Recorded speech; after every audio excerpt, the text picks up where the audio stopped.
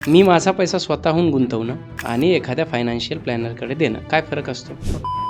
तुमचे इन्कम, तुमचे एक्सपेन्सेस, तुमचे गोल्स, तुमचे ड्रीम्स, तुमच्या गरजा, बेसिक गरजा ह्या सगळ्या पेपरवर मांडतो. कुठलं लोन सगळ्यात खराब आहे? म्हणजे आपण car loan, home loan, gold loan किंवा हे असे छोटे मोठे क्रेडिट कार्ड लोन. 7 करोड रुपये व्हॅल्यू करणार आहे. म्हणजे माझं व्याज गेलं, पण मी 5 करोड व्याज कमवून बसलोय. आज मी 5 करोडचा मालक आहे. आज माझे फायनान्शियल फ्रीडम पण अचीव झाली. फोरक्लोजर तर मला मिथच वाटतं ते. म्हणजे 1% सुद्धा लोक करत नसतील. होम लोन करतात. SIP मध्ये गुंतवणूक केली की होईल सगळं. आज भारतात कमीत कमी 75,000 फायनान्शियल प्लॅनर्स असायला हवेत. 75,000. फायनान्शियल प्लॅनर्स आहेत 5,000. क्रेडिट कार्ड खरंच खराब आहे की क्रेडिट कार्ड कसं वापरायचं ते मला सांगा. क्रेडिट कार्ड अजिबात खराब नाही आहे. मी स्वतः चांगले क्रेडिट कार्ड वापरतो.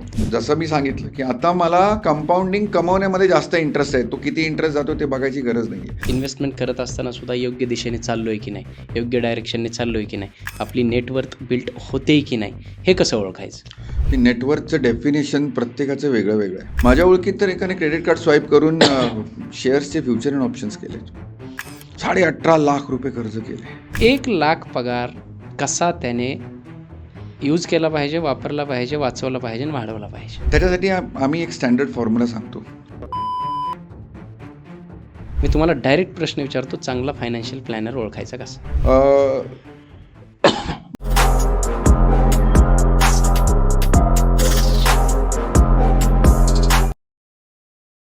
हाय, हॅलो, नमस्कार. मी डॉक्टर राज जाधव. महाराष्ट्राच्या सर्वात समृद्ध मंचावरती तुम्हा सर्वांचं पुन्हा एकदा खूप खूप खूप जास्त स्वागत आहे. आज आपल्या मंचावरती जे गेस्ट आलेले आहेत ते आहेत मिस्टर अजय धावणे सर. ते फायनान्शियल प्लॅनर आहेत आणि वेल्थ मॅनेजमेंट करतात. अन्न, वस्त्र, निवारा ह्या आपल्या प्राथमिक गरजा आहेत असं आपल्याला पहिल्यापासून शिकवलेलं आहे. परंतु आजच्या काळामध्ये या प्राथमिक गरजांपेक्षाही एक मोठी गरज आहे, ती म्हणजे पैसा. जर आपल्याकडे पैसा नसेल तर आपण अन्न विकत घेऊ शकत नाही, वस्त्रही घेऊ शकत नाही आणि चांगल्या घरात तर अजिबातच राहू शकत नाही. मग हा पैसा जेवढा इम्पॉर्टंट आहे तेवढाच तो कमवण्यापेक्षाही जास्त वाचवणे, कुठेतरी गुंतवणे, गुंतवलेला पैसा वाढवणे आणि योग्य पैशाचा योग्य वेळी विनियोग करणे, यालाच फायनान्शियल मॅनेजमेंट म्हणतात. त्यात 2 प्रकारचे लोक असतात. आज आपल्या पोटाला चिमटा घेऊन उद्यासाठी सेविंग करणारे किंवा फिक्र को धुवे में उडा के अशा पद्धतीचं आजच सगळं काही करूयात, उद्याची कसलीही काळजी फिकीर न बाळगणारे. या दोन्हींच्या मधला जो पार्ट असतो, आज पैशाचा योग्य वापर करून थोडे पैसे वाचवून ते वाढवून योग्य तो विनियोग करणारे, त्यालाच फायनान्शियल प्लॅनिंग म्हणतात. आणि बऱ्याच ठिकाणी आज आपण 60 ते 70% लोकांना पाहतो की ते रिटायरमेंटनंतर अगदी फायनान्शियल क्रायसिसमध्ये असतात.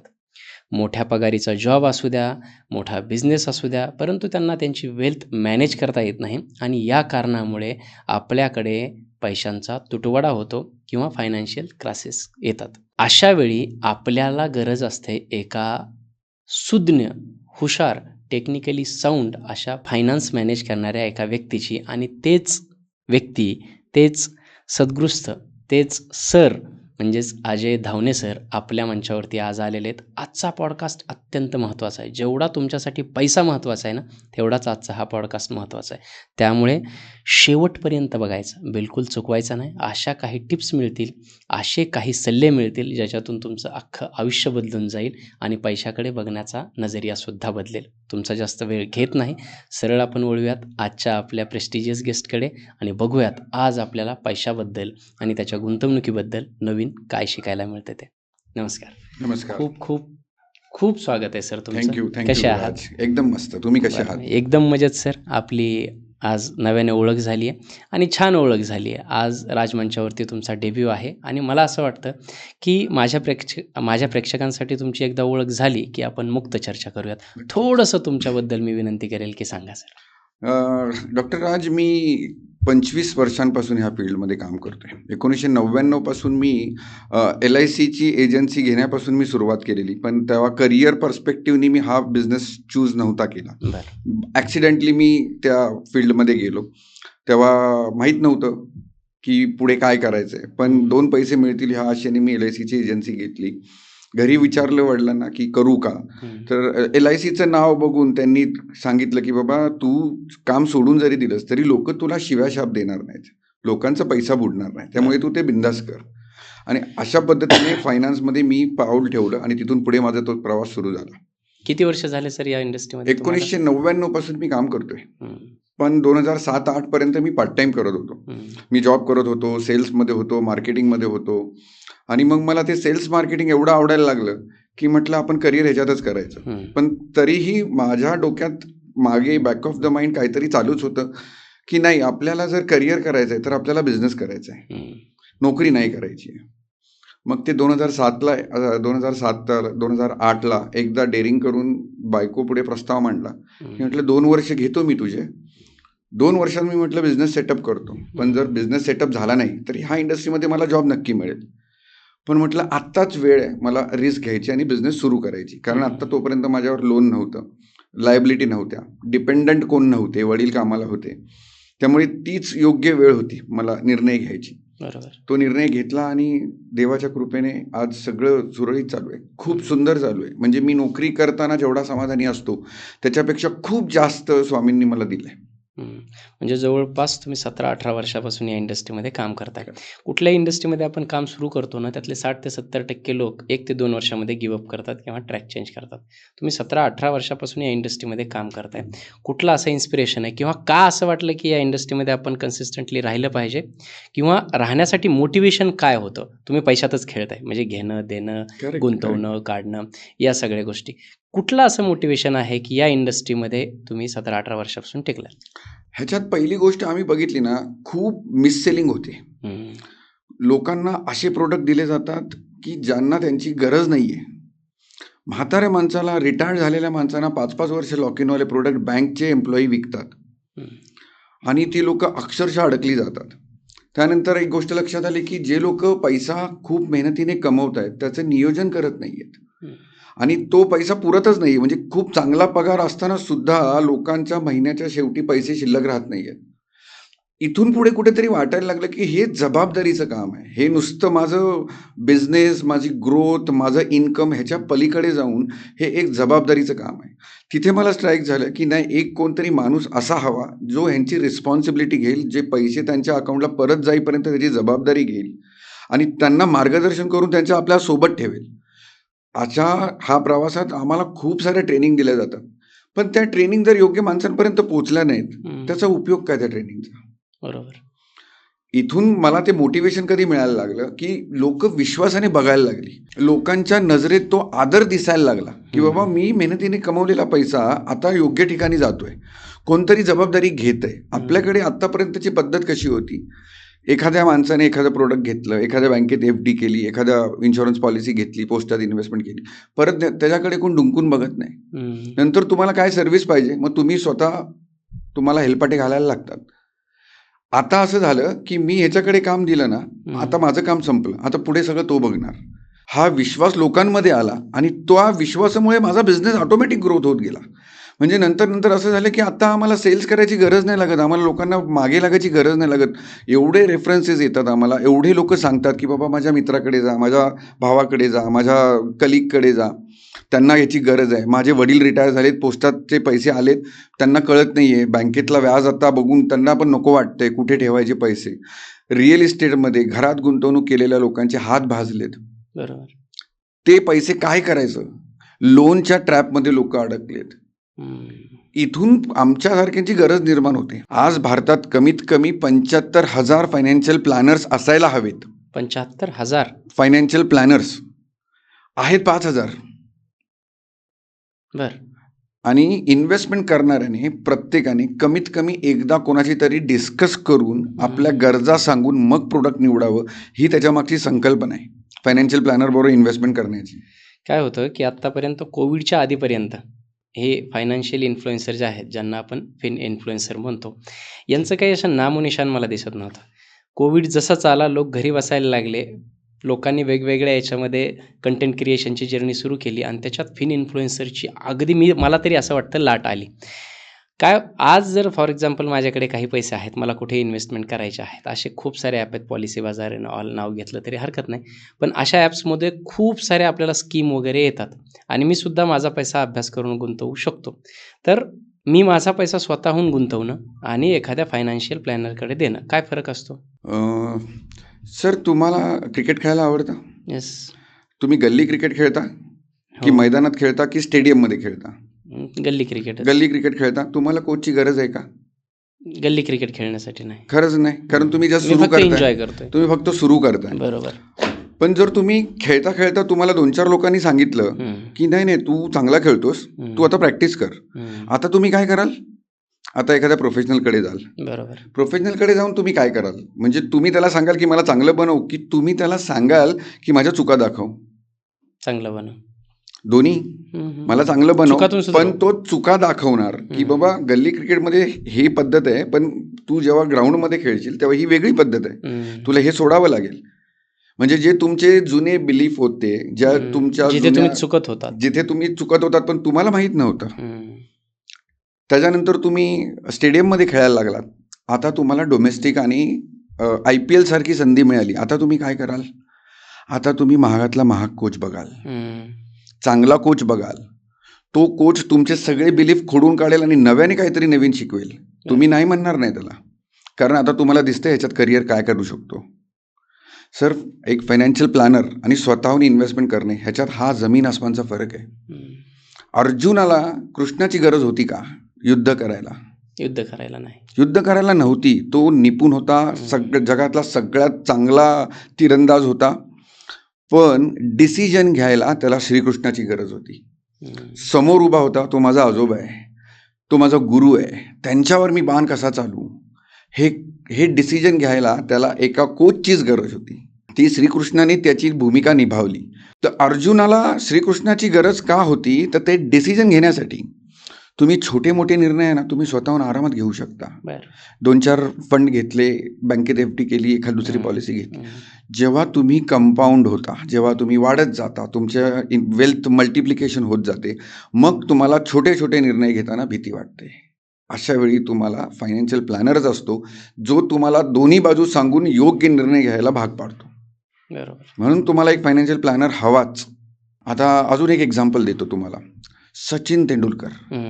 अख्ख्या जगात एकही व्यक्ती असं नाही मिळणार तुम्हाला जो बोलेल की तो बॅट्समन चांगला नाही आहे. भारतात तर तो क्रिकेट प्रेमींसाठी देव आहे. मी सुद्धा खूप मानतो त्याला.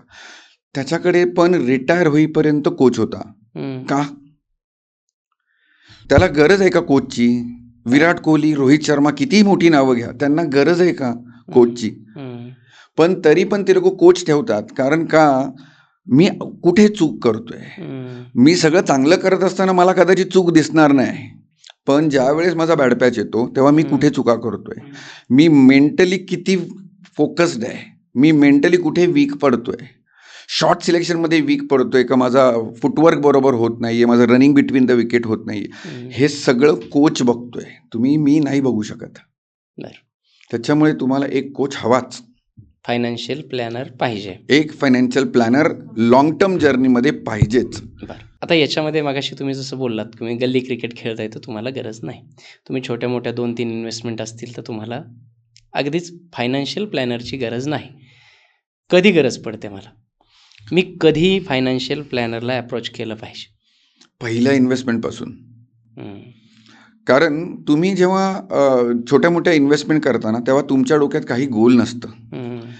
ही प्रोसेसच चुकीची आहे की मी डायरेक्ट प्रोडक्ट घेणं. का?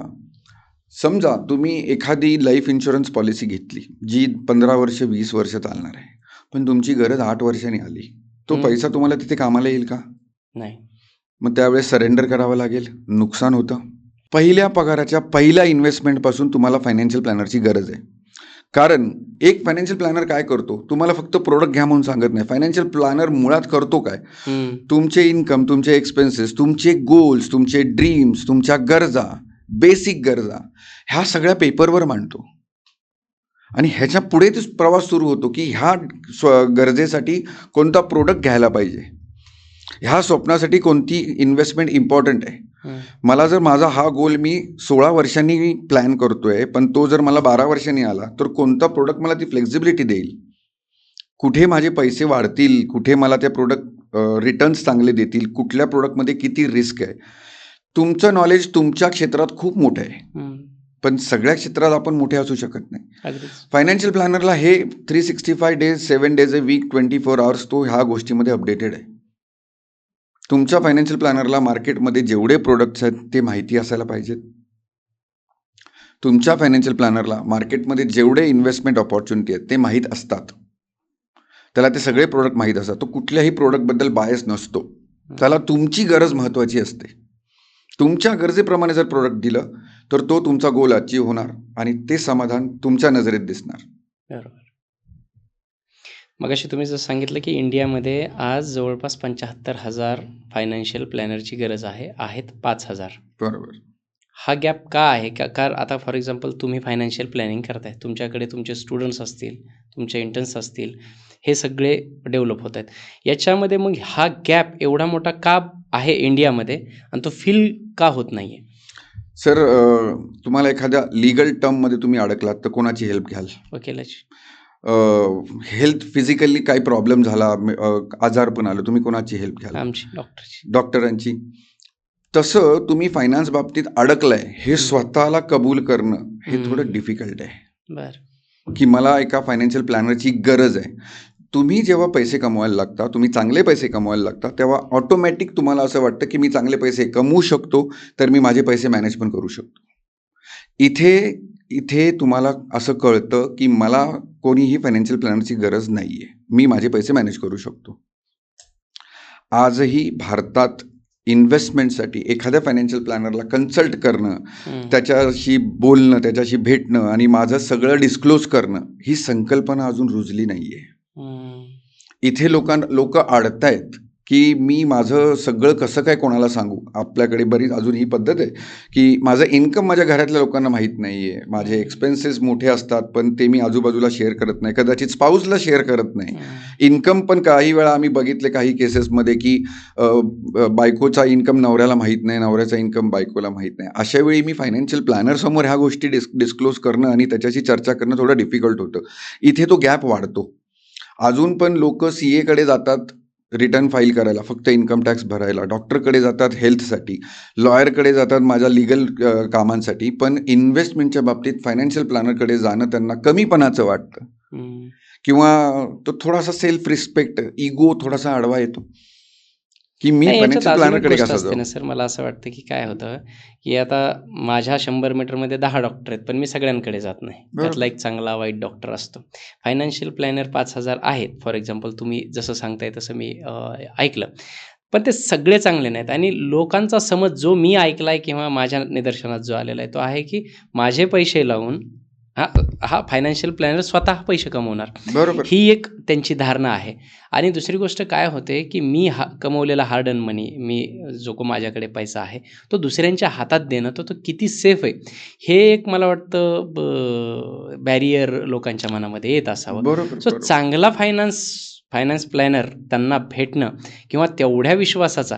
आणि होतं काय की दुसरी गोष्ट, मला जे लोकांचे प्रश्न किंवा मला जे वाटतं ते की आपण SIP करतो, आपण म्युच्युअल फंडमध्ये इन्व्हेस्ट करतो किंवा एखादी पॉलिसी वगैरे करतो, ती 10 वर्ष, 15 वर्ष, 20 वर्ष.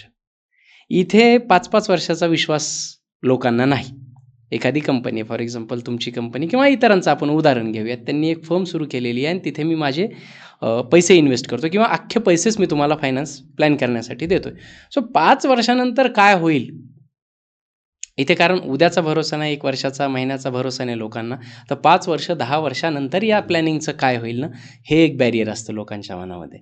याला कसं तुम्ही बघताय किंवा याला काय उत्तर आहे? सर, मी मगाशी म्हणालो ना की फायनान्शियल प्लॅनरची गरज काय, तर ह्याचसाठी आहे की फायनान्शियल प्लॅनर का असतो, तो तुमच्या सगळ्या प्रवासात तुमच्या बरोबर राहणार आहे. मी जेव्हा तुमचा फायनान्शियल प्लॅन बनवणार, त्याच्या अकॉर्डिंग मी इन्व्हेस्टमेंट करणार, त्याची जबाबदारी मी घेणार. ते पैसे परत तुमच्या अकाउंटला येईपर्यंत त्याची जबाबदारी माझी आहे. त्यामुळे जर मला 5 वर्षांनी तुम्हाला तोंड दाखवायचं आहे तर मी तुम्हाला प्रोडक्ट देतानाच असं देणार की मला माहिती आहे याच्यात नुकसान होणार नाही. तुम्ही मगाशी म्हणालात की बॅरियर आहे. सर, की माझे हार्ड अँड मनी मी दुसऱ्याच्या हातात कसं देऊ आणि हा स्वतः पैसे कमवणार. तुमचं डोकं दुखलं, तुम्ही काय कराल? डॉक्टरकडे जातो. नाही, एक साधी मेडिसिन साधी घ्याल, मेडिसिन काहीतरी सुरुवातीला. क्रोसिन डिस्प्रिन काहीतरी खाल, त्याच्याने डोकं नाही राहिलं. आता सेकंड ऑप्शन काय? Family doctor. तो तुमचे 200-400 रुपये घेईल.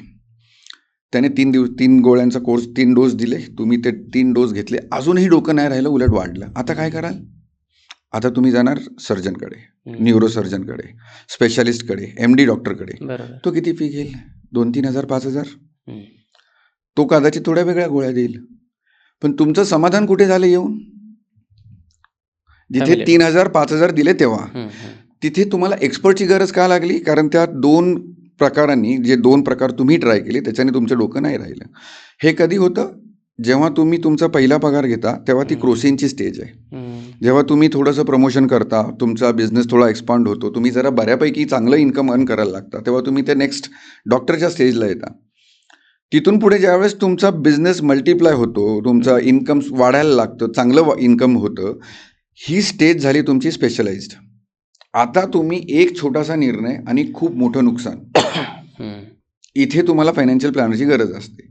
आता त्या डॉक्टरला तुम्ही हे म्हणाल का वाक्य की बाबा मी माझ्या आजारावर तू मला एक गोळी लिहून देणार, एक प्रिस्क्रिप्शन, आणि तू पैसे कमवणार? तो त्याचा एक्सपर्टीज आहे ना. त्याने 5-7 वर्ष 8 वर्ष मेहनत केली आहे. फायनान्शियल प्लॅनर तेच मेहनत करत असतो, फक्त ती मेहनत पडद्याच्या मागे आहे, तुम्हाला दिसत नाही आहे.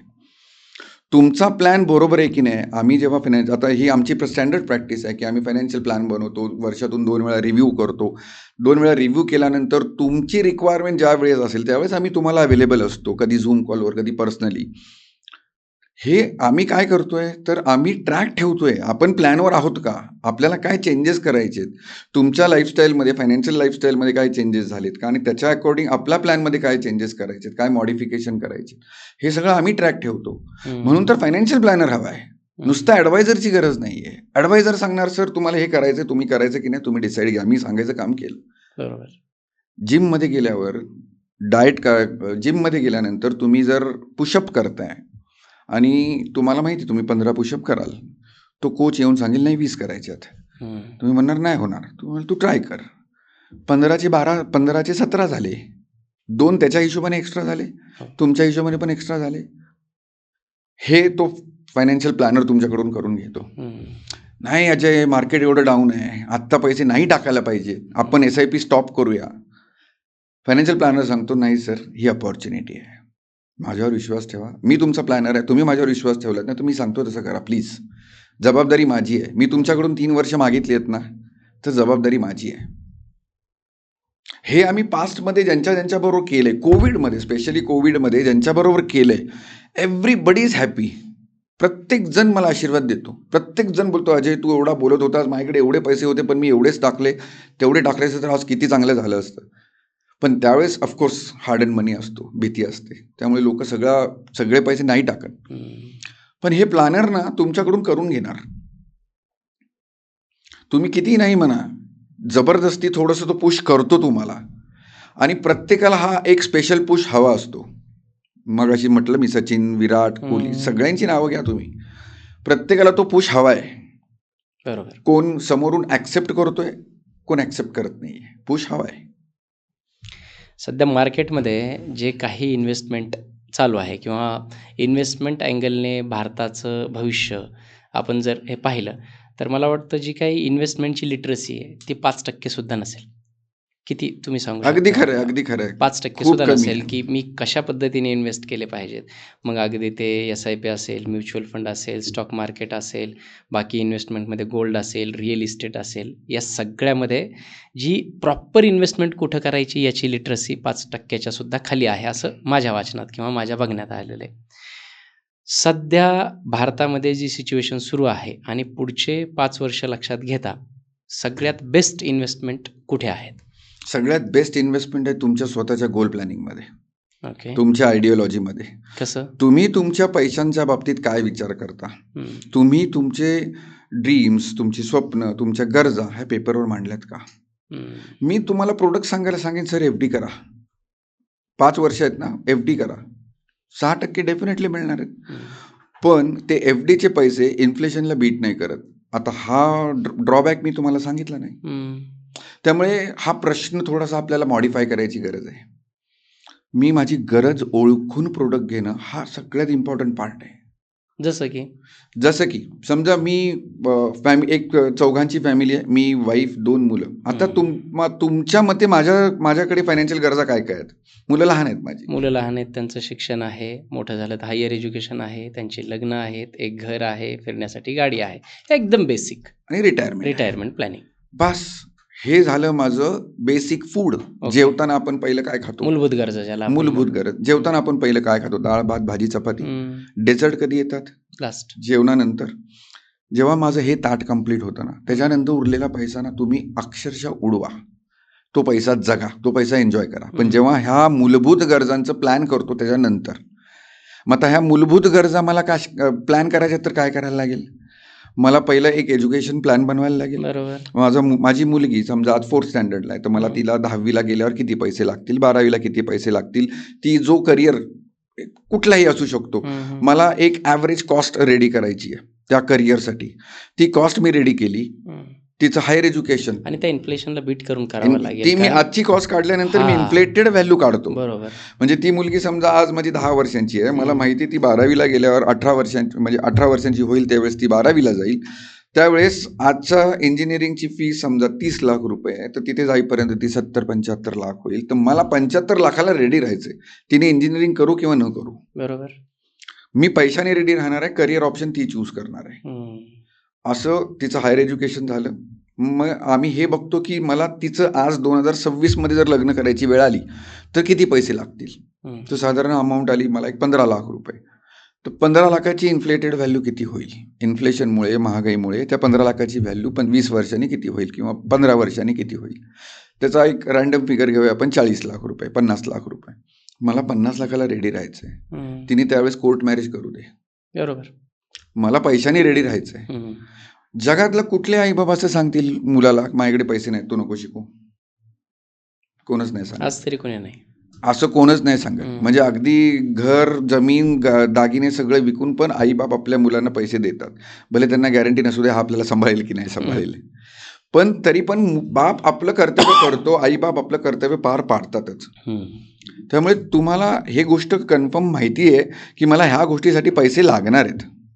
तुम्ही जर आज प्रायव्हेट एम्प्लॉई आहात, तुम्ही जर आज बिझनेस करताय, तुम्हाला माहिती आहे हे तुम्ही लाईफ टाईम नाही करू शकत. एका सर्टन एजला तुम्हाला मंथली इन्कम विदाऊट ॲक्टिव्हली काम करता तुम्हाला पॅसिव्ह इन्कमची गरज आहे. तो एज तुम्हाला फॅक्टर डिसाईड करायचा आहे. तर सगळ्यात चांगलं एक्झाम्पल सांगतो, अमिताभ बच्चन आज किती वय आहे? 83. मेंटली आणि फिजिकली अजून तो चांगला आहे, तो अजून काम करतोय. त्याला रिटायरमेंट प्लॅनिंगची गरज आहे का? नाही. पण आपण 83 पर्यंत असे राहू ह्याची गॅरंटी आहे का? नाही. मग इथे आपल्याला फायनान्शियल प्लॅनिंग आणि रिटायरमेंट ह्या दोन्ही गोष्टींची गरज आहे. सो प्लॅनिंग करताना मी जेव्हा ह्या गोष्टी प्लॅन करतो तेव्हा मी सेट असतो की बॉस आता मी सेफ आहे. आता हे पैसे झाल्यानंतर मी माझ्या ड्रीम्सवर फोकस करू शकतो. मला कार अपग्रेड करायची आहे, मला कुठेतरी एक सेकंड होम घ्यायचं आहे, ट्रिप, एखादी इंटरनॅशनल ट्रिप प्लॅन करायची आहे. पण ह्या मूलभूत गरजा झाल्यानंतर आपल्याकडे फायनान्शियल प्लॅनिंग म्हणजे मुळात ह्या गरजेला हा बघू करायचं तर आहे पण बघू नंतर, असं ते चालढकल केली जाते. आजकाल काय झालंय, म्हणजे अलीकडच्या काळामध्ये या 2-4 वर्षामध्ये ना इन्व्हेस्टमेंट केली पाहिजे हे सगळ्यांना कळते. एक तुम्ही कुठेही जा काही ना काही गुंतवले पाहिजे बरं. आणि त्याच्यातल्या त्यात पहिल्यांदा एक असतं की पहिले गोल्ड, रिअल इस्टेट आणि SIP म्युच्युअल फंड एक फार कॉमन झालेलं आहे. SIP मध्ये गुंतवणूक केली की होईल सगळं? परत तेच, तुम्हाला तुमची गरज माहिती आहे.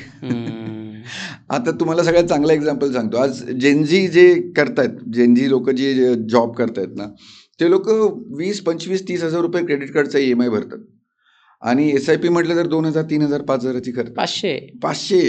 500ची SIP, 1,000ची SIP, 2,000ची. म्हणजे काय करतात ते फक्त मनाला सांगतायत की माझी इन्व्हेस्टमेंट सुरू आहे. पण ते पुरणार आहे का त्यांना? ते पैसे पुरणार आहेत का त्यांना? त्या पैशाची काय व्हॅल्यू मिळणार आहे? ती एका महिन्याची सॅलरी तरी अचीव करेल का? असं नाही आहे.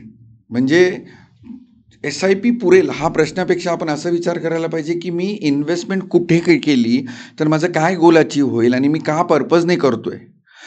एखादा नवीन पहिला जॉब लागलेल्या मुलाचं स्वप्न असू शकतं, मला एक बाईक घ्यायची आहे. मी बसने जातोय, शेअर ऑटोने जातोय, नाही मला एक बाईक घ्यायची आहे. किती वर्ष? चल वर्षभरात घेईन, 2 वर्षात घेईन. 1,00,000ची बाईक घ्यायची आहे. त्यासाठी त्याने प्लॅन केला. 7,000-8,000 रुपयाची इन्व्हेस्टमेंट सुरू केली. एका वर्षासाठी आम्ही म्युच्युअल फंडची SIP सांगू, पण ती डेट फंडला, इक्विटी फंडला नाही, जी मार्केटची रिस्क घ्यायची गरज नाही.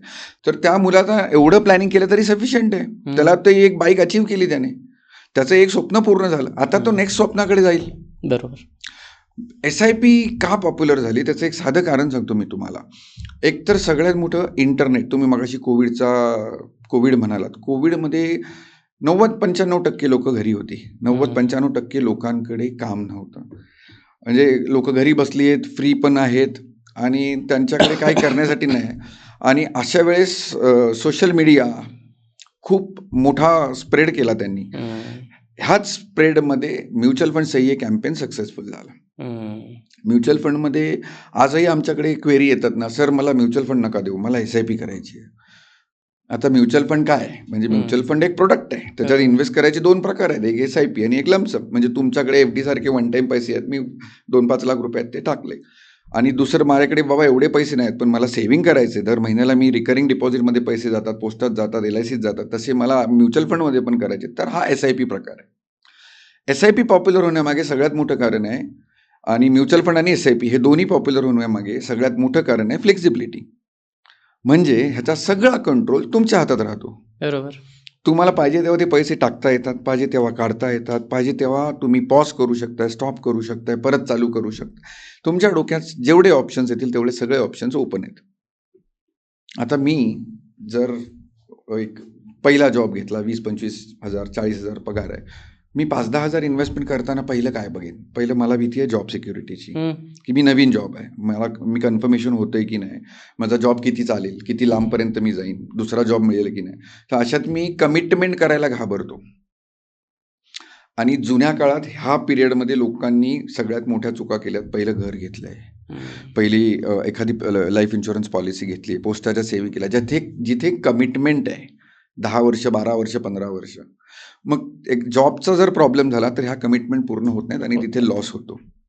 म्युच्युअल फंड सही आहे, हा कॅम्पेन सक्सेसफुल झाला ह्याच्यामुळेच की मला नाही जमलं, मी बंद केलं, नो प्रॉब्लेम.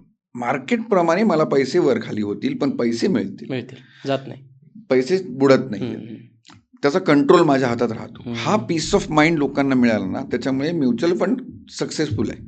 त्यामुळे SIP पुरेल की नाही ह्याच्यापेक्षा मी कोणत्या प्रोडक्टमुळे माझा गोल पूर्ण होईल हा प्रश्न जास्त बेटर आहे. म्हणजे ह्याच्यावर जास्त फोकस करायला पाहिजे की जर माझा हा गोल आहे तर मी ह्याच्यासाठी कोणतं प्रोडक्ट घेऊ, असा प्रश्न यायला पाहिजे.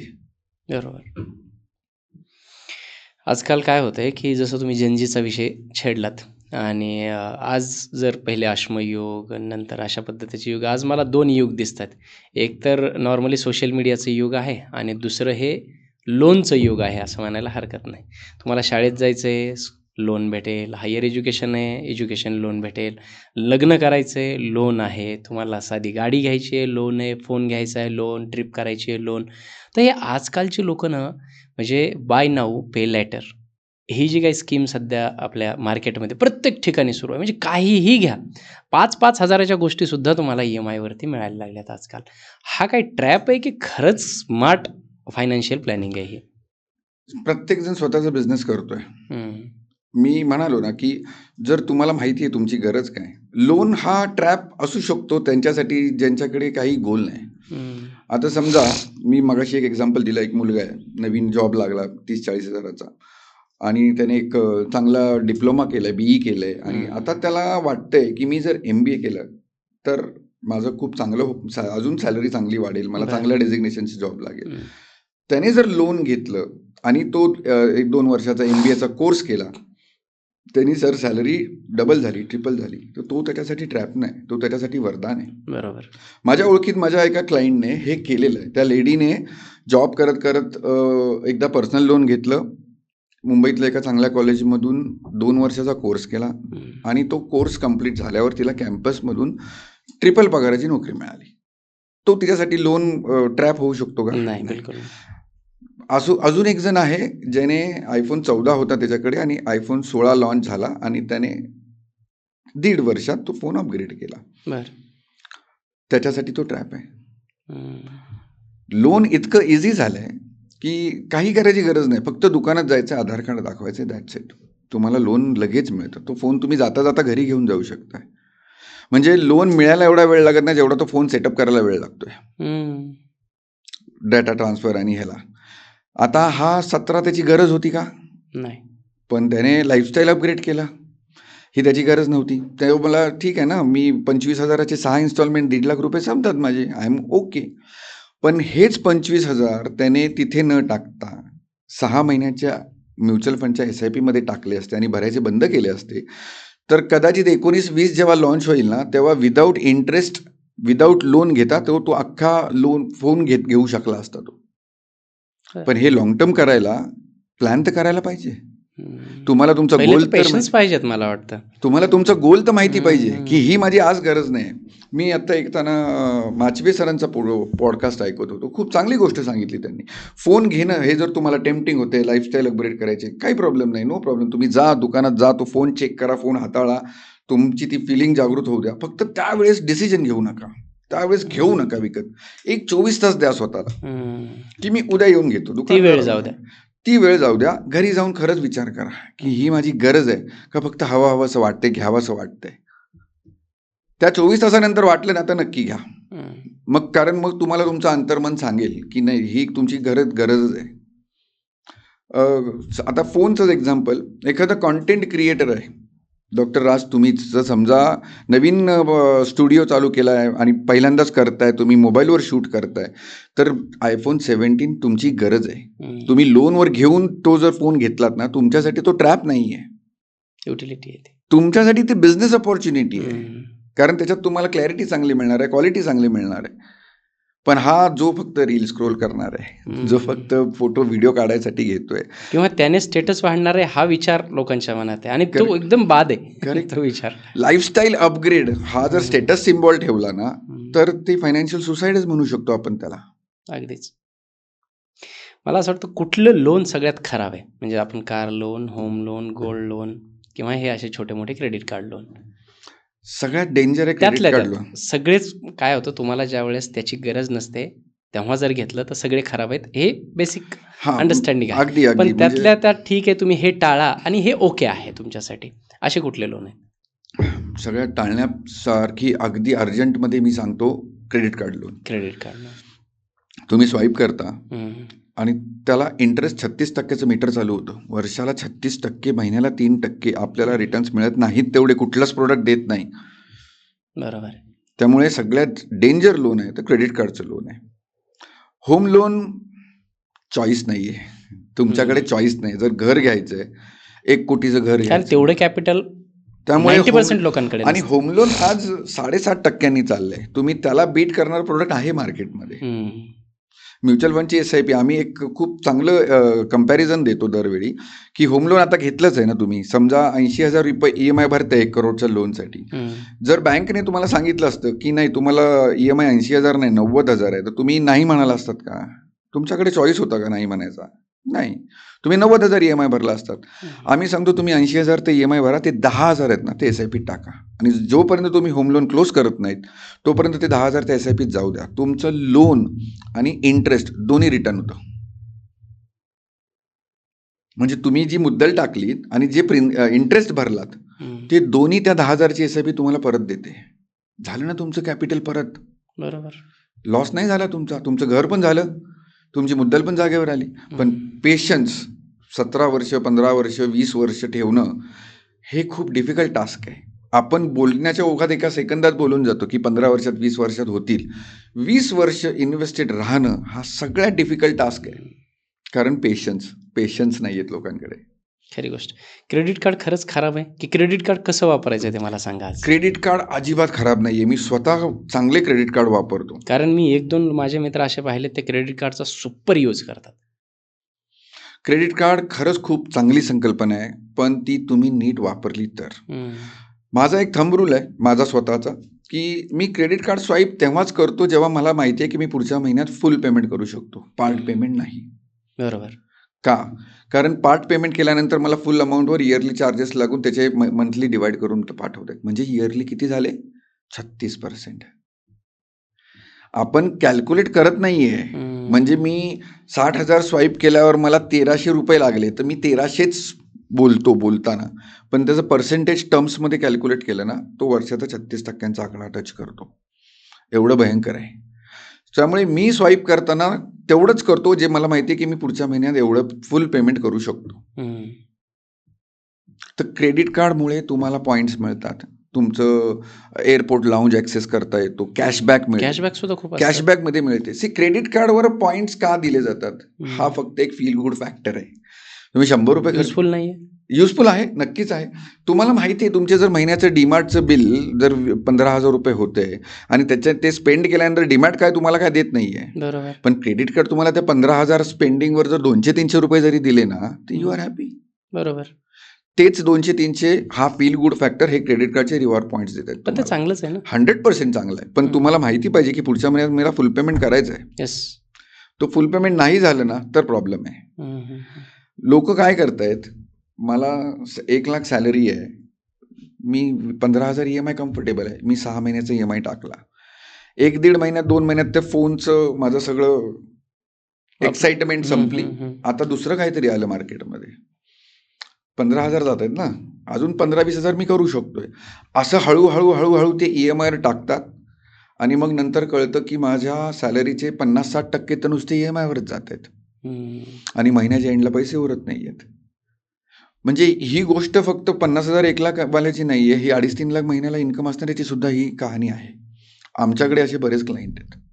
माझ्या ओळखीत तर एकाने क्रेडिट कार्ड स्वाईप करून शेअर्सचे फ्युचर अँड ऑप्शन्स केलेत. 18.5 लाख रुपये कर्ज केले. बापरे.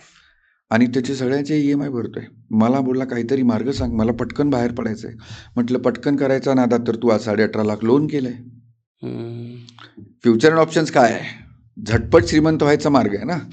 ज्यांनी झटपट मार्ग स्वीकारला त्यांनी रिस्क पण घेतली. सेबी ओरडून डेटा रिलीज करून सांगते 95% लोक लॉसमध्ये आहेत जे फ्युचर अँड ऑप्शन्स करतायत, कॉल पुट ऑप्शन्स करतायत. तुम्ही मी एक्सपर्ट नाही होऊ शकत त्याच्यात तुम्हाला फुल टाईमच जॉब करायचा आहे, तो तरच तुम्हाला त्याच्यात काहीतरी चान्स आहे. तरी पण लोक करतायत का? मला पटकन पैसे हवेत, माझ्याकडे पेशन्स नाहीत 8-10 वर्ष 15 वर्ष.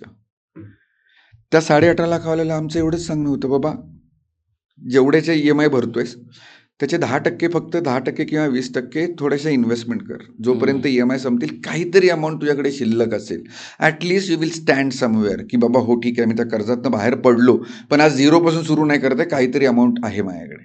बरोबर. त्यामुळे ती अमाऊंट यायला सिमिलरली EMI बरोबर थोडीशी इन्व्हेस्टमेंट सुरू कर. इन्व्हेस्टमेंट मोठी नको करू, पहिल्या त्या ट्रॅपमधून बाहेर पड. ज्याने लोन घेतले, समजा होम लोन घेतले किंवा पर्सनल लोन घेतले 4-5 वर्ष, तो लवकर प्रीपेमेंट करायचा प्रयत्न करू शकतो का? त्याच्याकडे चान्सच नाही आहे, कारण पैसे नाहीत म्हणून लोन घेतलंय. फोरक्लोजर तर मला मिथच वाटतं. ते 1% सुद्धा लोक करत नसतील. होम लोन करतात, फोरक्लोजर होम लोन करतात आणि मी स्वतः पर्सनली खूप अगेन्स्ट आहे त्याच्या फोरक्लोजरच्या, होम लोन फोरक्लोजरच्या. म्हणजे जे लोक होम लोनमध्ये इन्व्हेस्ट करतात त्यांना आम्ही स्ट्रॉंगली सजेस्ट करतो. माझा स्वतःचा पोर्टफोलिओ मी दाखवू शकतो, माझा स्वतःचा पोर्टफोलिओ बऱ्यापैकी चांगला आहे, माझं होम लोन पण आहे, पण मी क्लोजरला मागे जात नाही. त्याचं कारण आहे, माझा पोर्टफोलिओमध्ये 14-15% रिटर्न दाखवते. मी गेल्या 12 वर्षांपासून इन्व्हेस्टमेंट करतोय आणि आज कंपाऊंड झाल्यामुळे तो मला 14-15% रिटर्न दाखवते. माझं होम लोनचा इंटरेस्ट रेट आहे 7.30%. काय गरज आहे? सगळ्यात इम्पॉर्टंट गोष्ट, जर मी माझं घर नील केलं, लोन संपवलं आणि माझ्या राहत्या घराची प्राइस 1,13,00,000 मी घेतलेलं, आज त्याची व्हॅल्यू 2 करोड झाली, 3 करोड झाली, मॉनिटरीली मला त्याचा फायदा काय? बरोबर. मी राहत्या घरात किती पण प्राइस वाढू दे, मला उपयोग काहीच नाहीये. दुसरं, मी काय केलं, ते इंटरेस्ट भरून व्याज वाचवलं. आज मी प्रीपेमेंट करायचं बंद केलं किंवा मी प्रीपेमेंट करत नाहीये, पण जे प्रीपेमेंट करायचे पैसे होते ते SIP मधून म्युच्युअल फंडमध्ये टाकतोय. आज मला कंपाऊंड मिळत आहेत, कंपाऊंडिंगनी रिटर्न्स मिळत आहेत. आता इथे मी 7.5 भरतोय, 14-15% कमवतोय. हम्म. मी दोन्ही जरी शेवटपर्यंत नेलं, 20 वर्षांपर्यंत नेलं, तर मग 84 लाखाच्या लोनसाठी मी भरतोय जवळपास 1,60,00,000 रुपये. पण त्याच अमाऊंटची, ज्या EMIच्या अमाऊंटची मी SIP करतोय, ती माझी व्हॅल्यू करते 7 करोड. अच्छा. म्हणजे मी व्याज वाचवलं असतं तर किती वाचवलं असतं? जवळपास 1 करोड. 1 करोड. आज मी कमवलेत किती? जवळपास 5 7. करोड. हम्म. 5 करोड. 7 करोडमध्ये 2 करोड माझी ठीक आहे, इन्व्हेस्टमेंट आहे. 5 करोड माझा प्रॉफिट होईल. हम्म. अगदी बेसिक 12%चीच रिटर्न पकडतोय मी. 7 करोड रुपये व्हॅल्यू करणार आहे. म्हणजे माझं व्याज गेलं, पण मी 5 करोड व्याज कमवून बसलोय. आज मी 5 करोडचा मालक आहे. आज माझे फायनान्शियल फ्रीडम पण अचीव झाली. हम्म. मी फक्त एक इमोशनल डिसिजन नाही घेतला की मी क्लोज करणार आहे. मराठी माणसाला ठासून सांगितलं जातं. नाही, घर माझं झालं पूर्ण, ही भावनेसाठी लोक करतात काय काय. नाही, स्वतःचं घर असणं, 2 BHK 3 BHK ही खूप चांगली गोष्ट आहे. हे इमोशनल आहे, हम्म. असायलाच हवं. आम्ही त्यांच्याबद्दल बोलतोय जे लोक रिअल इस्टेटला इन्व्हेस्टमेंट म्हणून बघतायत. हम्म. आज का रिअल इस्टेट इन्व्हेस्टमेंट नाही? इन्व्हेस्टमेंट एकेकाळी होती. आज मला सांगा, तुम्हाला एक साधा प्रश्न विचारतो. पुण्यात मी 1 करोडचं घर घेतलं, किती येईल? 2 BHK 3 BHK? हां, 2 BHK. 2 BHK चांगल्या एरियात 2 BHK. 2 BHK येईल. म्हणजे त्यातले 10-20 लाख रुपये मी डाऊन पेमेंट केलं, 80 लाखाचं लोन घेतलं, 70,000 रुपये EMI चालू झाला. आता मी तो रेंटवर दिला. किती रेंट मिळेल? 2 BHKला 15 ते 20,000. 20,000. 20. 70,000 मधले 20,000 गेले. आता तुम्ही काय खिशातून पैसे किती भरताय? 50,000. हम्म. तुम्ही जेव्हा 70,000 रुपये EMI भरलात, हम्म. त्यातले तुम्हाला 20,000 रुपये रेंट आलं. आणि ते असं समजूया की ते दरवर्षी तुम्ही 10% वाढवत गेलात रेंट. बरोबर. म्हणजे 20,000 एका महिन्यात, एका वर्षात 2,40,000 आणि 10 वर्षात 24 लाख. 24 लाखाचा आपण पकडूया 35 लाख रुपये तुम्ही 10% स्टेपअप केल्यामुळे साधारण 35 लाख रुपये तुम्ही रेंट अर्न केलं. हम्म. पण 10 वर्षात तुम्ही EMI भरले किती? 70,000च्या हिशोबाने एका वर्षात. म्हणजे तुम्ही 70,000च्या EMIने एका वर्षात भरले 8,40,000, 10 वर्षात भरले 84 लाख. 84 लाख. म्हणजे तुम्ही जे 1 करोड टाकले होते त्याची व्हॅल्यू आज झाली आहे 2 करोड. प्रॉपर्टीची हा, व्हॅल्यू झाली प्रॉपर्टीची 2 व्हॅल्यू. करोड आणि तुम्ही व्याज भरले 1 करोड 84 लाख. तुमचा प्रॉफिट किती झालाय? 16 लाख. 16 लाख. त्याच्यावर पण तुम्हाला गव्हर्नमेंट टॅक्स लावणार आहे. तुम्ही विकायला गेलात. हो, महानगरपालिकेचे टॅक्स वगैरे. बरं, तुम्ही आज घर घ्यायला चाललात, तुमचं बजेट 2 करोड आहे. हम्म. तुम्ही 10 वर्ष जुनी प्रॉपर्टी बघाल की नवीन? नवीनच. मग तुम्ही ते 10 वर्ष जुन्या घराला 2 करोड का टाकाल? हम्म. हे सगळ्या प्रश्नांची उत्तरं तुम्हीच देताय. आता तुम्हीच सांगा मला, घर इन्व्हेस्टमेंट म्हणून चांगलं आहे का? ह्या सगळ्यांची पर्सेंटेज काउंट केलं ना, 2% पण नाही. स्वतःसाठी घर घेणं. स्वतःसाठी घर तुमचं 2 BHK असेल ना, हम्म. तुम्ही त्याला अपग्रेड करा. हम्म. 2.5 BHK करा. लक्झरियस ठिकाणी 3 BHK घ्या. हम्म. कारण तो पैसा तुम्ही रोज जगता. हे बरोबर, माझं तेच. अगदी स्ट्रॉंग सजेशन असतं. माझं सुद्धा तेच म्हणणं आहे. की कारण इमोशनल इन्व्हेस्टमेंट पण फार महत्वाची असते आयुष्यात जगत असताना. सी, मला सगळ्या गोष्टी भविष्यासाठी नाही ठेवायच्यात ना. हां. मला आज पण जगायचंय, आज पण चांगलं आयुष्य जगायचंय. मी आज पोटाला चिमटा काढून, आज उपाशी राहून तीच तर भविष्याची केली. फायनान्शियल बॅलन्स आहे ना. एक्झॅक्टली, म्हणून तर फायनान्शियल प्लॅनर हवा आहे. हम्म. माझं इमोशनल काय होतं, मला स्टेटस सिम्बॉल काय, माझ्याकडे 2 घर आहेत. पण काही माझ्याकडे 3 फायनान्शियल घर प्लॅनर घरच घेऊ नका आणि फक्त इन्व्हेस्टमेंट करा म्हणतात. ते पर्सनली मला ऍक्च्युली आहेत. सर, माझं पर्सनल मत आहे की कुठलाही फायनान्शियल प्लॅनर चुकीचा नाहीये. त्याचे स्वतःचे काही पर्स्पेक्टिव्ह आहेत, त्याचे स्वतःचे काही सेल्फ बिलीफ आहेत आणि तो प्रूव्ह करून दाखवू शकतो.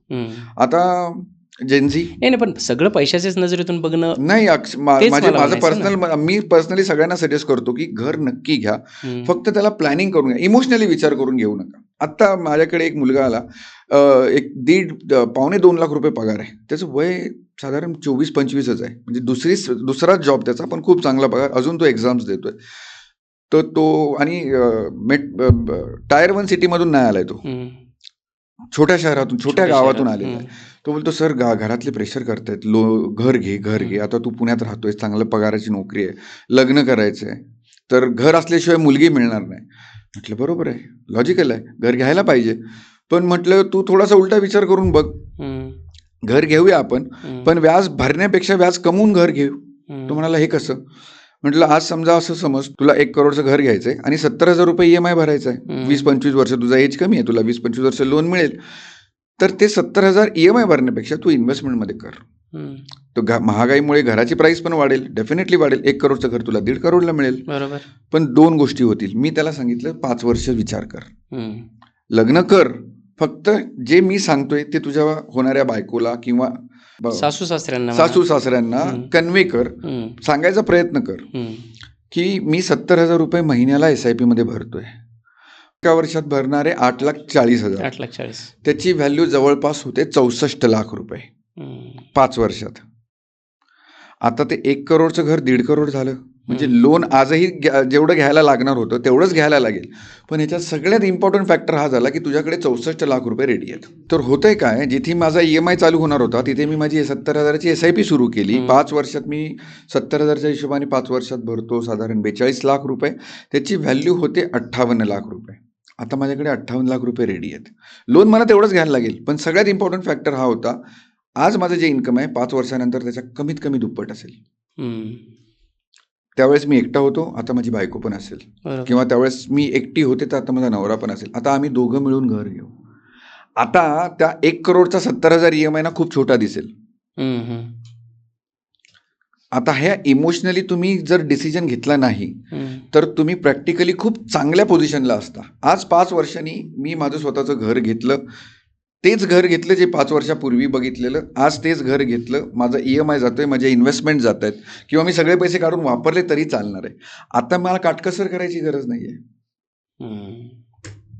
नवीन लग्न झाल्यानंतर पहिले किंवा लग्न व्हायच्या आधी ही कॉन्सेप्ट आहे की घर असल्याशिवाय मुलगी नाही देणार. पण तो माणूस 1 लाख पगारातले 60,000 जर EMI भरेल तर बाकीचा घर खर्च कसा. पण होतं काय ना की मी जेव्हा घर घेतो ना तर EMI वेळेवर जातात.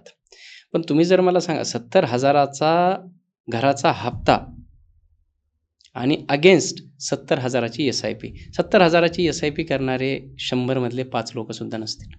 पण ज्यावेळेस घर घेतात त्यावेळेस 70,000चा हप्ता भरणारे 100 पैकी 100 भरावेच लागतात.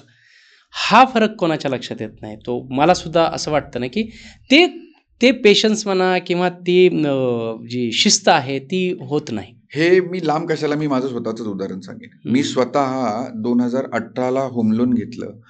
त्यावेळेस माझी SIP हार्डली 15-20 हजाराची होती. आणि मी घर घेताना 68,000चा EMI मी नक्की केला. पण मी हे कॅल्क्युलेशन केलं नाही. म्हणजे त्यावेळेस मला लक्षात आलं नाही. कारण सांगणारं कोण नव्हतं. जसं आपण मगाशी म्हणालो ना की कोविड नंतर हे खूप चांगलं प्रकार झाला की सोशल मीडियामुळे लोकांना अवेअरनेस आला. लोक थोडं इन्व्हेस्टमेंटला चांगल्या नजरेने बघायला लागले. मला 2018ला सांगायला कोण नव्हतं की बाबा हे करू नकोस. मी ह्याच फील्डमध्ये आहे, मी हेच काम करतोय, मला दिसतंय कंपाऊंडिंग कसं काम करतंय. पण तरी पण हे थॉट प्रोसेस माझी नव्हती की बाबा मी तेवढ्याची इन्व्हेस्टमेंट चालू करतो, 2-3 वर्ष पैसे जमा करतो. पण ते मी सगळं लोन करूनच केलं. आणि ज्यावेळेस हे रिअलाईज झालं मला 2021-22ला मी प्रीपेमेंटचा विचारच बंद करून टाकला. आता मी हसत EMI भरतो. जेवढ्याचं आता आज माझं जे इन्कम लेवल आहे, मी असं विचार करत होतो की लोन संपवूया. आता मी लोन संपवायचं, 20 वर्षाचं लोन मला 10 वर्ष करायचं, तर मला काय करायचं आहे, EMI डबल करायचं आहे. मी ते न करता त्या EMIची SIP सुरू केली. ओके.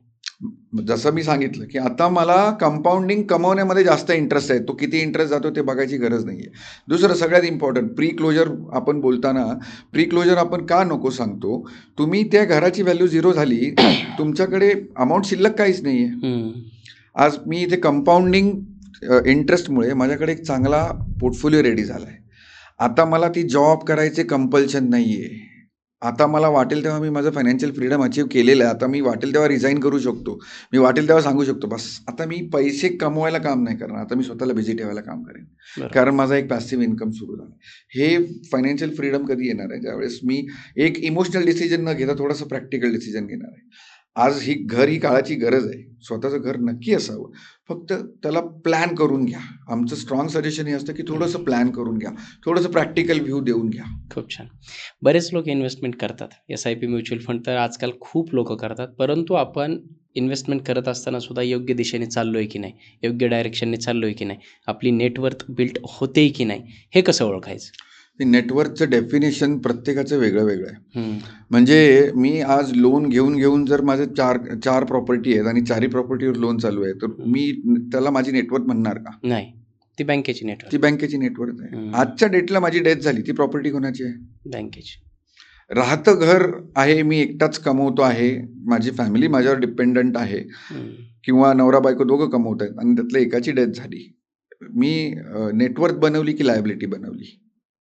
लायबिलिटीज. त्याच्यामुळे आम्ही जेव्हा त्या फायनान्शियल प्लॅनिंगच्या कॉन्सेप्टने जातो त्याला सगळ्यात पहिला प्रायोरिटी देतो टर्म इन्शुरन्स, लाईफ इन्शुरन्स.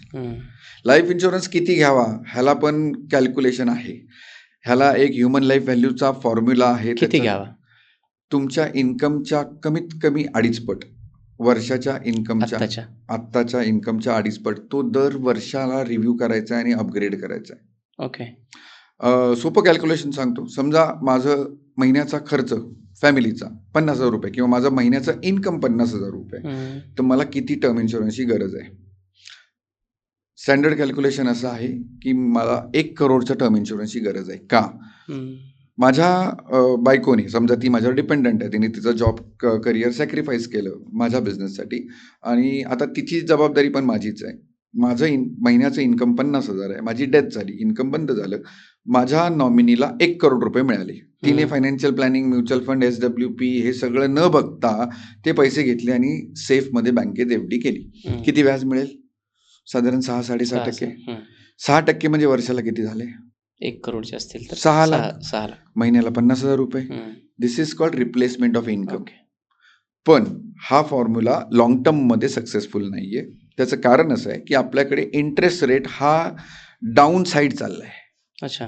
मी ज्यावेळेस करिअर सुरू केलं होतं त्यावेळेस मार्केटमध्ये बँकेच FDचा दर 12-13%, 14% होता. आज तो किती आहे? 6-6.5%. इथून पुढच्या 10 वर्षात तो वर जाईल का खाली जाईल? खाली.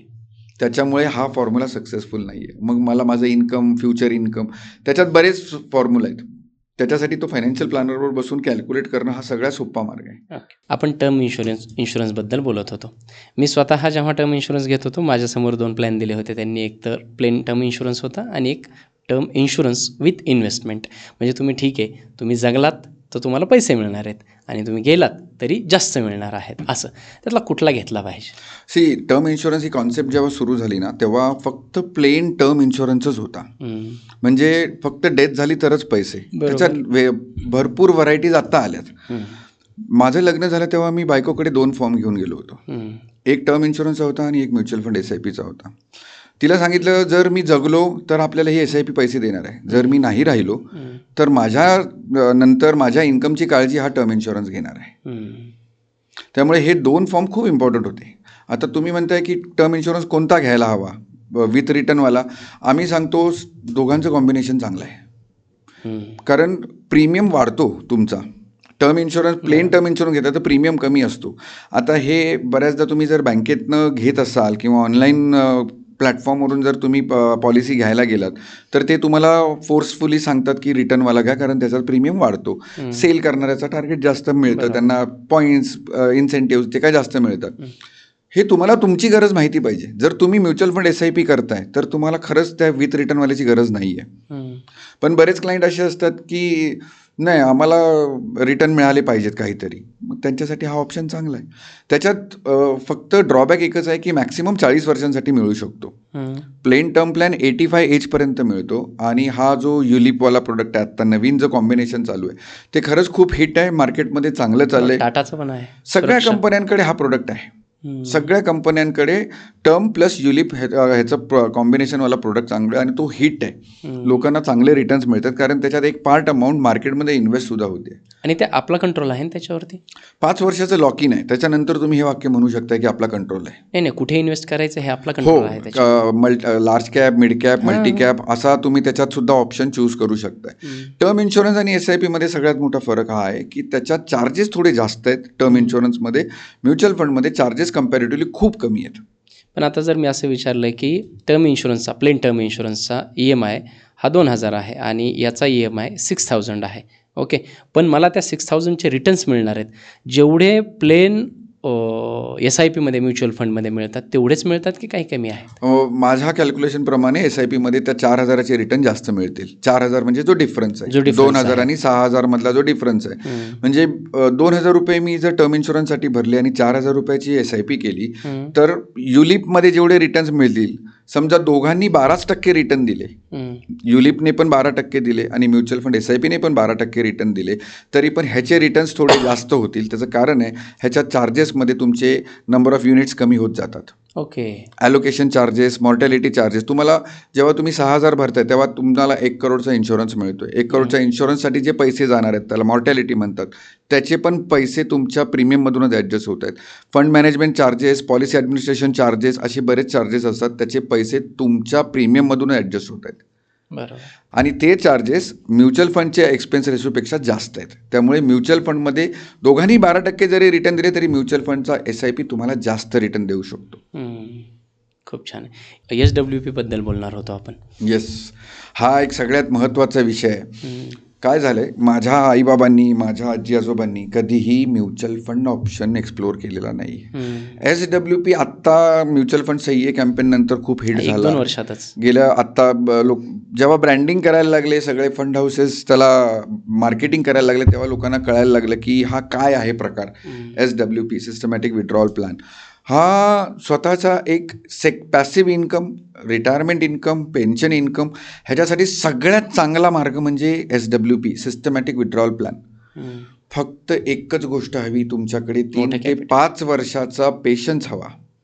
कॅपिटल तुम्ही तुमच्या चॉईसने घेऊ शकता. म्हणजे आता तुम्हाला एक सगळ्यात चांगला एक्झाम्पल सांगतो. माझ्याकडे एक डेटा होता, त्याच्यात असं सांगितलं होतं, त्या डेटामध्ये ॲक्च्युअल कॅल्क्युलेशन आहे एका फंडचं. 1/1/2014 साली मी 30 लाख रुपये मला रिटायरमेंटसाठी मिळाले. आता माझ्याकडे 2 ऑप्शन आहेत. एक बँक FD जी मला साधारण 9-9.5% देत होती आजपासून 10 वर्षापूर्वी, आणि मी म्युच्युअल फंडमध्ये जर SWP प्रकारात गेलो. ह्या दोघांचं कम्पॅरिझन सांगतो. FD मी राऊंड फिगर 10% कॅल्क्युलेशन करूया की मला 10% इंटरेस्ट मिळतो आणि मी महिन्याला त्याचं व्याज विड्रॉ करतो ॲज अ मंथली इन्कम. बरोबर. म्हणजे 30 लाखाचे 10% होतात 3,000 रुपये. सॉरी, 30 लाखाचे 10% होतात 3 लाख, महिन्याला 25,000 रुपये. 10 वर्षापूर्वी 25,000 आकडा खूप चांगला होता रिटायरमेंटसाठी. म्हणजे मी आणि माझी बायको, रिटायरमेंट म्हणजे मी आणि माझी बायको, नो लोन, नो लायबिलिटी, मुलं आपल्या पायावर सेटल आहेत. आता आम्हाला दोघांना फक्त जगायचे. 25,000 चांगला आकडा होता. 10 वर्षात तो आकडा कमी झाला असेल का वाढला असेल? जो खर्चाचा 25,000 आहे तो वाढला. मला बँकेची FD 9-9.5% देत होती, आज किती देते? 6%. म्हणजे जिथे 3 लाख मिळत होते आज 1,80,000 मिळत आहेत.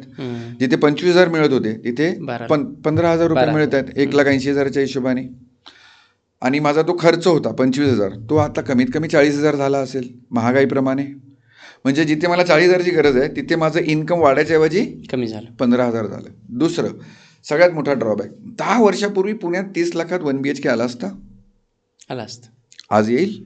आज नाही. काय झालं? 30 लाख तर 30च लाख आहेत. त्यावेळेस 30 लाख होते, आज ते 30 लाख झालेत. म्हणजे पैशाचं व्हॅल्युएशन कमी झालं. महागाईमुळे, इन्फ्लेशनमुळे त्या पैशाचं व्हॅल्युएशन कमी झाले.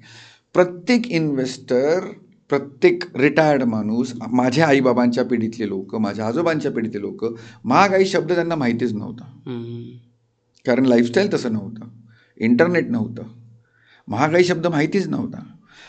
आता दुसरं एक्झाम्पल, म्युच्युअल फंड मी SWP मध्ये टाकले 30 लाख रुपये. त्यावेळेस मी त्यांना सांगितलं की बँक तुम्हाला 9-9.5% देते ना, पण मुद्दल नाही वाढवणार आहे. मी तुम्हाला मुद्दल पण वाढवून देईन, पण 8% विड्रॉल घ्या. 8%नी किती होतात? 8-24, 2,40,000 वर्षाला. महिन्याला 20,000 रुपये. महिन्याला 20,000 रुपये मी 10 वर्ष विड्रॉल घेतले. FDचं पण एक्झाम्पल 10 वर्ष घेतलं.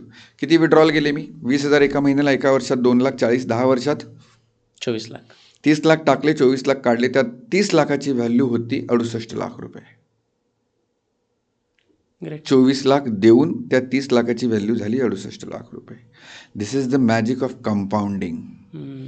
कंपाऊंडिंग हा प्रकार इन्फ्लेशनला बीट करून रिटर्न देतो. हा प्रकार लोकांना माहिती नाही आहे आणि कदाचित इंटरनेटमुळे ते स्प्रेड नाही झालं नॉलेज.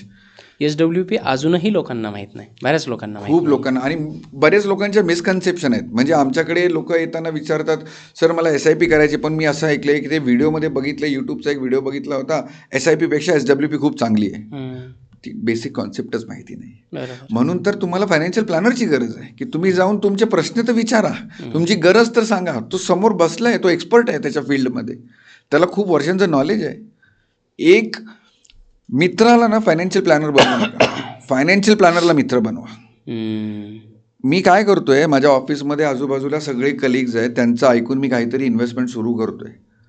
मी त्या मित्राला फायनान्शियल प्लॅनर, त्याने एक स्कीम घेतली होती 3 वर्षापूर्वी, त्याचे रिटर्न्स त्याने मला दाखवले, खूप चांगले आहेत. मी पण ती स्कीम आज घेतली. आजपासून 10 वर्षांनी दोघांचे रिटर्न्स वेगळे असतील त्याच स्कीमचे. मित्राला फायनान्शियल प्लॅनर बनवू नका, फायनान्शियल प्लॅनरला मित्र बनवा, तर तुमची आणि त्याची दोघांची ग्रोथ होईल. शेवटचे 2 प्रश्न घेऊयात आपण. एक काय होतं, जसं फायनान्शियल प्लॅनिंग म्हणतो, तर मला तरी बॅलन्स दिसतो. मला आयुष्यात प्रत्येक ठिकाणी बॅलन्स पाहिजे, की आपण सुरुवातीलाच जसं म्हटलं, की आपण काही लोक आहेत ते फक्त इन्व्हेस्टमेंट करतात, काही लोक आहेत फक्त खर्च करतात, उद्याची चिंता न करणारे आणि फक्त उद्याची चिंता करणारे, अशा 2 टाईपचे लोक आहेत. पण मला असं वाटतं, की हे दोन्हींच्या मधला पार्ट आजही जगलं पाहिजे आणि उद्यासाठी सुद्धा वाचवलं पाहिजे. याच्यासाठी एक आपण एक्झाम्पल घेऊयात, की एका XYZ व्यक्तीला 1,00,000 रुपये पगार आहे. तर 1,00,000 मग त्या रेशोमध्ये प्रेक्षक आपले कॅल्क्युलेट करू शकतील. तर 1,00,000 पगार कसा त्याने यूज केला पाहिजे, वापरला पाहिजे, वाचवला पाहिजे आणि वाढवला पाहिजे? खूप चांगला प्रश्न विचारला राज. हा जवळपास प्रत्येकाचा प्रश्न असू शकतो. त्याच्यासाठी आम्ही एक स्टँडर्ड फॉर्म्युला सांगतो, 40-30 आणि 30. 40-30-40 40-30-30. ओके. म्हणजे तुमच्या 40%च्या आसपास ना EMI गेले पाहिजेत. म्हणजे मला घर घ्यायचं, बेसिक खर्च, बेसिक खर्च 40%च्या आसपास EMI गेली पाहिजेत. 30% रक्कम मी माझ्या खर्चासाठी ठेवली पाहिजे आणि 30% रक्कम मी माझ्या इन्व्हेस्टमेंटसाठी ठेवली पाहिजे. 30% रक्कम जी दुसरी आहे खर्चासाठी, ती कोणत्या खर्चासाठी म्हणताय? माझे रेग्युलर खर्च. रेग्युलर खर्च म्हणजे 30%मध्ये समजा तुम्ही 40,000 रुपये EMI भरलात 1,00,000च्या पगारामध्ये, तर तुमच्याकडे 60,000 रुपये उरले. त्या 30,000तले तुमचे 10-15,000 रुपये बेसिक खर्चात जातील. जे महिन्याचं राशन वगैरे लागणार आहे, तर महिन्याचं डीमार्ट लागणार आहे, महिन्याचे जे ग्रोसरी लागणार आहे, ह्याच्यात खर्चात जर तुम्हाला ते 30,000 रुपये आहेत ते बेसिक खर्चात जातील. पण त्या 30,000तले 10-15,000 जर तिथे गेले तर 10-15,000 तुम्हाला विकेंडला फिरायला लागतील, एन्जॉय सुद्धा केलं, एन्जॉय करायला छोट्या मोठ्या ट्रिपसाठी लागतील. व्यवस्थित प्लॅन केलं तर वर्षातून 1-2 तुम्ही बाहेरच्या ट्रिप करू शकताय. जे उरलेले 30% इन्व्हेस्टमेंट आहेत त्याच्यात 3 प्रकार केले पाहिजेत, एक लॉंग टर्म, एक मीडियम टर्म आणि एक शॉर्ट टर्म. ओके. म्हणजे मला इंटरनॅशनल ट्रिप प्लॅन करायची आहे तर त्या 30,000तले 5-10,000 रुपये मी वेगळे ठेवेन. बरं. जर मला माझ्या मुलाच्या एज्युकेशनसाठी जे पुढच्या 7-8-10 वर्षात दिसतंय मला, तर एक 10,000 तिथे गेले पाहिजेत. एक 5,000 रुपये ना माझ्या रिटायरमेंटसाठी गेलेच पाहिजेत. सगळेच आज गव्हर्नमेंट एम्प्लॉई नाही आहेत ना, आणि आज गव्हर्नमेंट एम्प्लॉईचे पैसे सुद्धा गव्हर्नमेंट त्यांच्याच खिशातून घेते आणि NPSमध्ये टाकते. तर ते पैसे गव्हर्नमेंट त्यांच्याकडूनच घेते आणि NPSला टाकते. ओके. त्यामुळे तुम्हाला हे खर्चाचं प्लॅनिंग जे करायचं आहे, तर माझा स्टँडर्ड फॉर्म्युला आहे, मी जनरली सांगताना सगळ्यांना सांगतो 40-30-30. EMI ह्याच्यापेक्षा जास्त नको. मग तुमचा जर इंटरेस्ट कमी झाल्यामुळे जर तुम्हाला स्प्रेड मिळाला तर तो EMI वाढवू नका, तुम्ही कार अपग्रेड करा. बरोबर. कार घ्या, हे पण तुमचं स्वप्न आहे ना. अगदीच.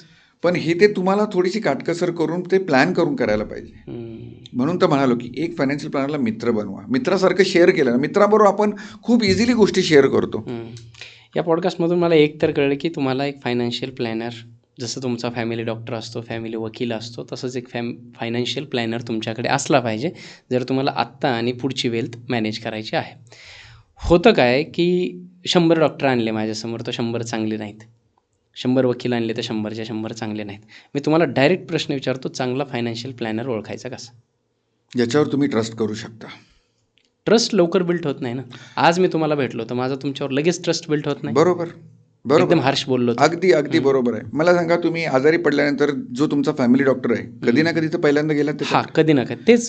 त्या पहिल्यांदा गेल्यानंतर तुम्हाला जर त्याचा चांगला गुण आला, पहिल्या मीटिंगमध्ये तुम्ही त्याने 2 दिवसाचा कोर्स दिला आणि 2 दिवसांनी तुम्हाला वाटलं अरे हे त्याने खूप चांगल्या गोळ्या दिल्या, मी एकदम बरं झालो. आता तुम्ही दुसऱ्यांदा जाताना दुसरा शोधाल का त्याकडे जाल? त्याच्याकडेच जाणार. 100%. सोपं आहे. तुम्हाला प्रत्येक वेळी काहीतरी, प्रत्येक गोष्ट करताना कधी ना कधी तुम्ही पहिल्यांदा करणार आहात. फायनान्शियल प्लॅनर तुमच्या ओळखीचा असू दे किंवा नसू दे. नाही, पण हा प्रश्न मी काय विचारतोय, डॉक्टरांकडे एकदा गेलं ठीक आहे, गुण नाही पडला, दुसऱ्याच दिवशी मी दुसऱ्या डॉक्टरांकडे जाऊ शकतो. परंतु इथे ही लॉंग टर्म फायनान्शियल इन्व्हेस्टमेंट आहे.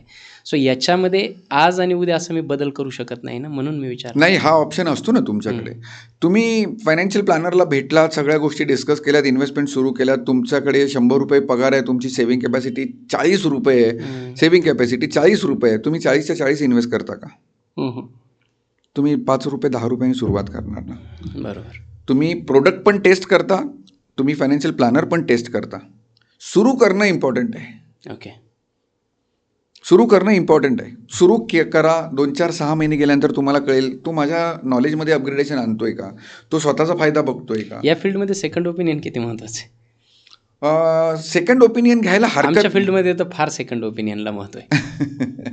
सेकंड ओपिनियन कसं आहे, मी म्हटलं ना, कोणताही फायनान्शियल प्लॅनर चुकीचा नसतो.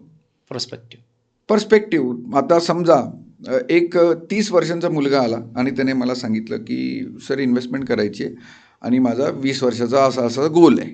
मी त्याला थोडेसे ॲग्रेसिव्ह इन्व्हेस्टमेंट सजेस्ट केले. त्याने इन्व्हेस्टमेंट सुरू केला. 1.5-2 वर्ष निगेटिव्ह आहे. आता पास्ट 1.5 वर्ष मार्केट खूप निगेटिव्ह आहे, फ्लॅट आहे. म्हणजे गेल्या 1.5 वर्षापासून ज्यांनी इन्व्हेस्टमेंट सुरू केलं त्यांचे रिटर्न्स वाढलेच नाहीत.